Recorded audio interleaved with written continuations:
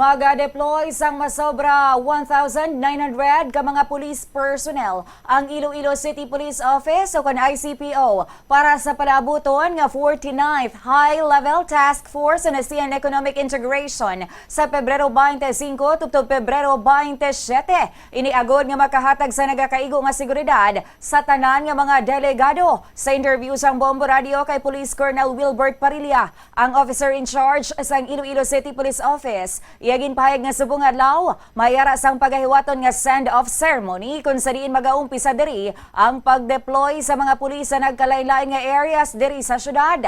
Pahayag niya, magabukas man subong ang Multi-Agency Coordinating Center. Bangod nga ginalauman, nga amat-amat na nga mag-aabot ang mga participants sa Sabado kag sa Domingo. Agud man masiguro ang kalinungan sa syudad, naghatag man sang suwestyon si Parilla sa Regional Civil Security Unit sang Philippine National Police para sa pagpatuman sang gun ban sa syudad, apang pending pa ang approval. Yari ang kabahin sang pahayag ni Police Colonel Wilbert Parilla.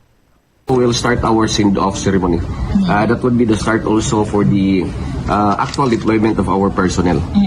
Then our multi-agency coordinating center will also be open because we're expecting na as early as Saturday or Sunday, mayroon ng mga arrivals from the participants or the secretariat coming from the national office.